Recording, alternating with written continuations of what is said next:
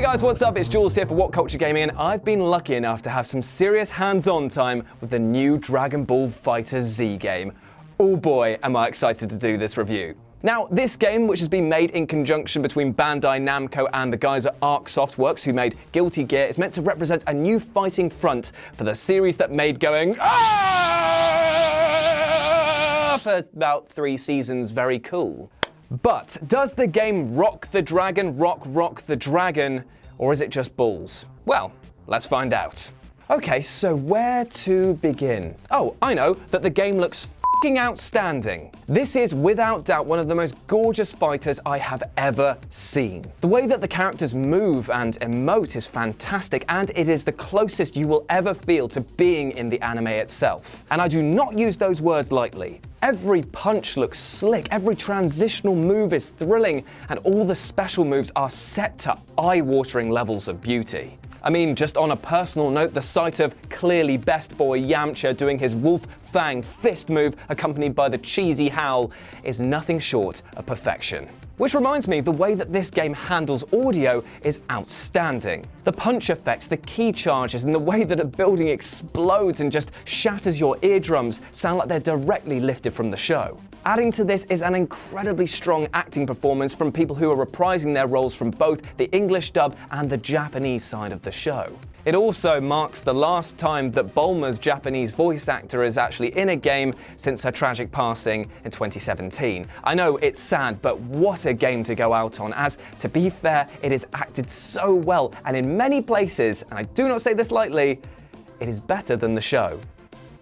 So what are we actually fighting for? Well, the events of this game takes place 1 year after the events of Dragon Ball Z, which will strangely be to the relief of many fans, as most of the Dragon Ball games up to this date have focused on retelling the classic story arcs, and that can get a bit samey. But FighterZ goes out on its own and tells a unique story. This time, the Red Ribbon Army is back, and they're causing all sorts of mayhem by cloning some of the strongest fighters in the world and beyond, and causing all sorts of key blast bother. Now, I won't spoil the events of what actually happens in the story, but needless to say, there are classic showdowns retold in slightly different ways, and the new character Android 21 certainly does have a hand in the events.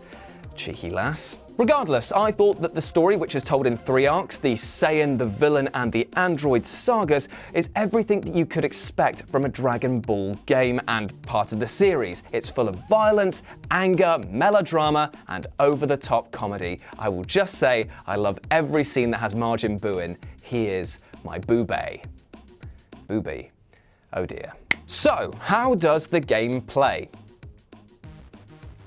Very f***ing well. Very f***ing well. Good night.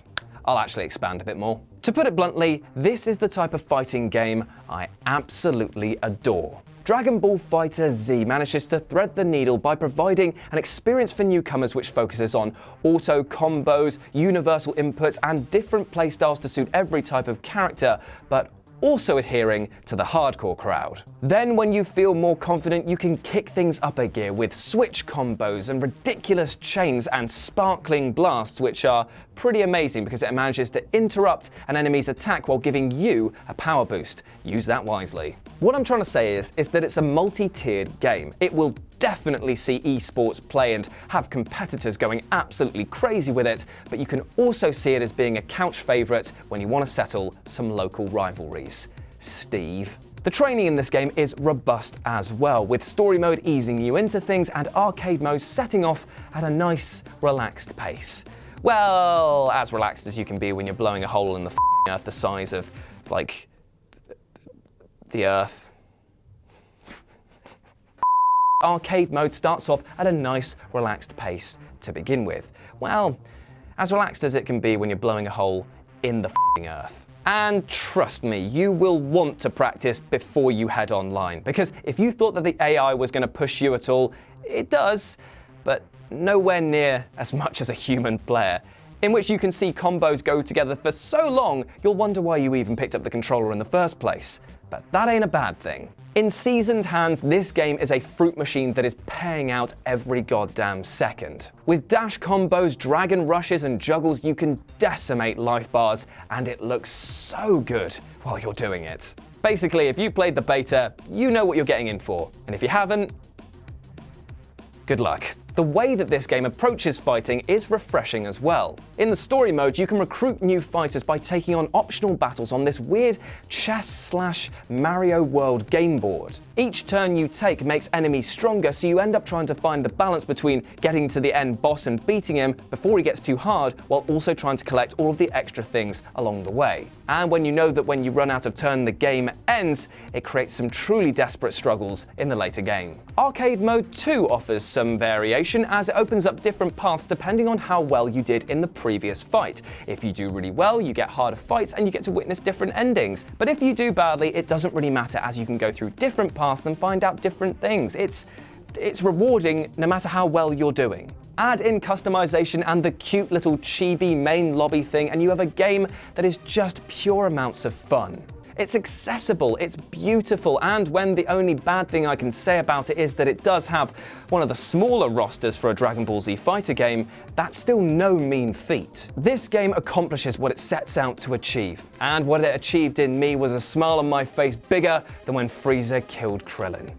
I kid, of course, he is my Chrome Dome boy. For that reason, this game gets 5 out of 5. To me, it is one of the purest and most perfect forms of a fighting game I have seen in ages, and it is what I wanted Marvel vs. Capcom Infinite to be. End of story. And that's our review. What did you think about the game? Well, let me know down in the comments section below. Then swing by whatculture.com for more news and articles like this every goddamn day. As always, I've been Jules, you've been awesome, and I'll speak to you soon.